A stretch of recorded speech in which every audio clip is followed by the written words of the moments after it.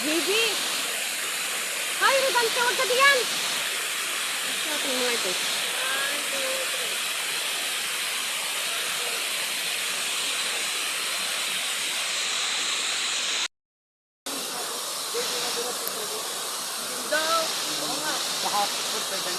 Dali na, ito pa. Kami ba ito?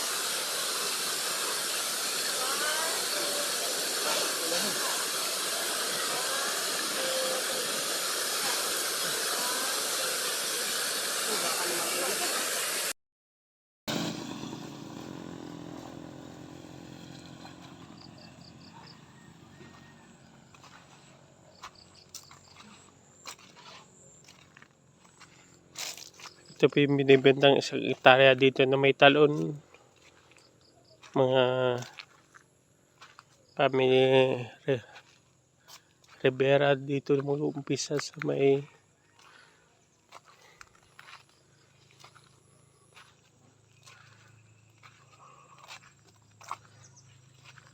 ayan. Dito na mag-uumpisa sa may Malinis. Ito yung pinaka-boundary.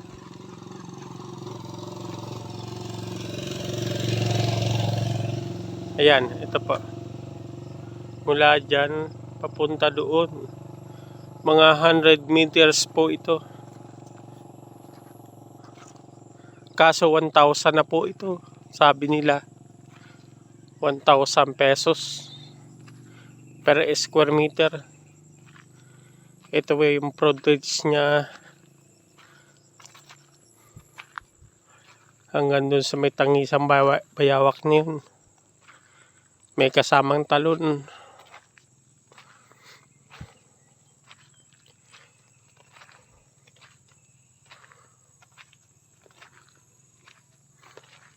Updated ang tax nito sa munisipyo.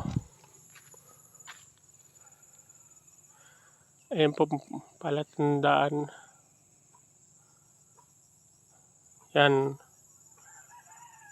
1 hectare.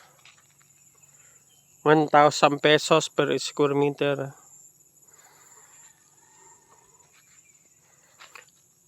Ang boundary nito doon sa may Tangisang Bayawak na yan. May poste ng kuryente. Pwede kayong magpakabit ng transformer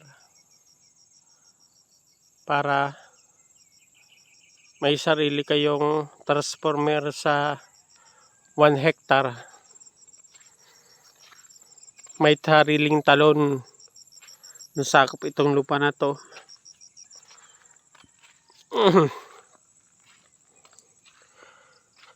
Tax declaration ang papel. Pero 1,000 pesos per square meter. Tabing-tabing BGMP. Itong lugar na to.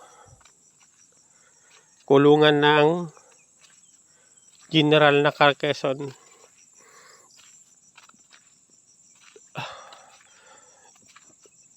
Ito nabili na. Ayan. Nabili na po yan. Dine-develop na.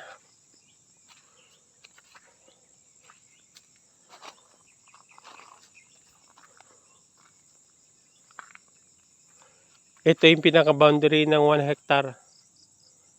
Yan. 1,000 per square meter yan. Ito, nabili na. Itong area na to. Tatayo na nila. May bakod na. Hindi lang natin alam kung anong ilalagay dyan. Ang ganda ng kubo. Kubo pa lang yan. Ganda oh. Yan. Overlooking view. Itong 1 hectare na to.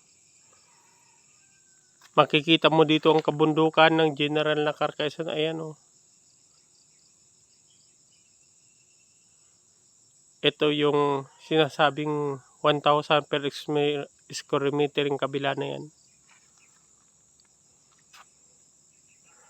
Ito yung pinaka-frontage ng kalsada. Highway po ito. Papuntang Dinggalan Aurora, Palayan Nueva Ecija.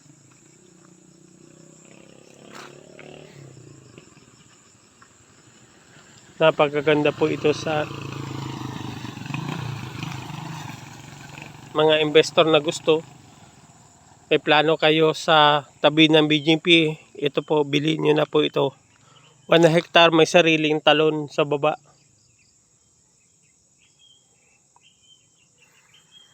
Ang ganda. Tabing-tabing highway. Ang frontage na sa karsada, mga 1,000, hindi pala, mga 100 meters po hanggang dito sa boundary. Kasi hanggang doon sa may nyug na yun, patahilis. Yan, 1,000 square meter per square meter. May sariling poste ng kuryente.